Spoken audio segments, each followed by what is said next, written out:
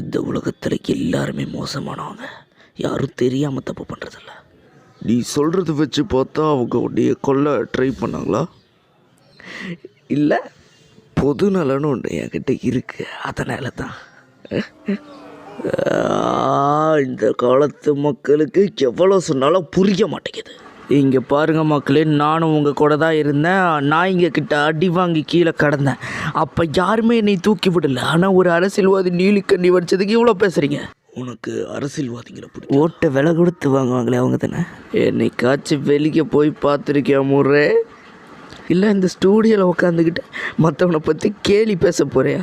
ஒருத்தனை அடிக்கிறான், உதைக்கிறான், எல்லாம் சுத்த மிருகமாக இருக்காங்க. யாருக்குமே அவன் பக்கத்தில் உட்காந்துருக்கவன் என்ன நினப்பான்னு தெரிய மாட்டேங்குது. தாமஸ் வெயிட் மாதிரி ஆட்கள்லாம் என்ன நினைப்பாங்கன்னு தெரியுமா? என்ன மாதிரி ஆட்களெல்லாம் அவங்க கண்டுக்கவே மாட்டாங்க.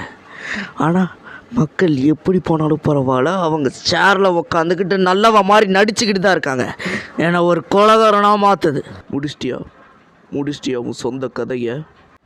இங்கே பாரு ஆர்த்தர், யாருமே இங்கே மோசமானவங்க கிடையாது. எல்லாருக்கும் கொலை பண்ணுறது ஒரு வேலையும் கிடையாது. நீ மோசமானவன் தான். நான் மோசமானவனா? எப்படி நான் மோசமானவன்? நான் வரத்துக்கு முன்னாடி என்னை பற்றி என்ன சொன்ன? என்னை கூப்பிட்டு வச்சு அவமானப்படுத்துகிற நீயும் ஒரு பொறுக்கி பையன்தான். எங்கே பாரு தம்பி, நீ பிரச்சனை பண்ணியிருக்க, அது என்னன்னு நீயே பாரு. 2 போலீஸ்மேன் உன்னால் சாக கிடக்குறாங்க. இப்போ நீ அதுக்கும் சிரிக்கிற. நீ சிரிச்சுக்கிட்டு தானே இருக்க. அப்போ நீ தானே மோசமானவன். எனக்கு தெரியும். உங்கள் சேனலுக்கு ஒரு முக்கிய செய்தி வேணுமா? ஏன் வேலைடா அது?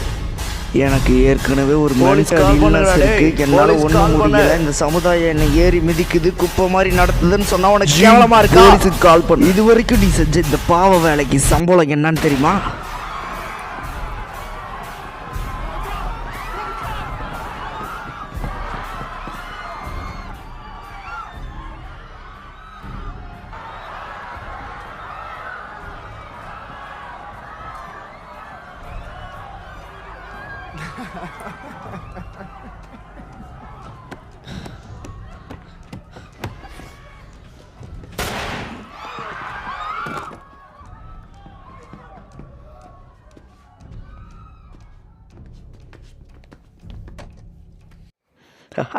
உங்களிடமிருந்து விடை பெறுவது உங்கள்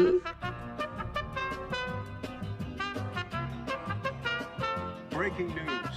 Popular TV talk show host Murray Franklin shot dead tonight on the live telecast of his program by one of his guests. Introduced by Franklin as Joker is currently under arrest. Merely just a punchline to a joke.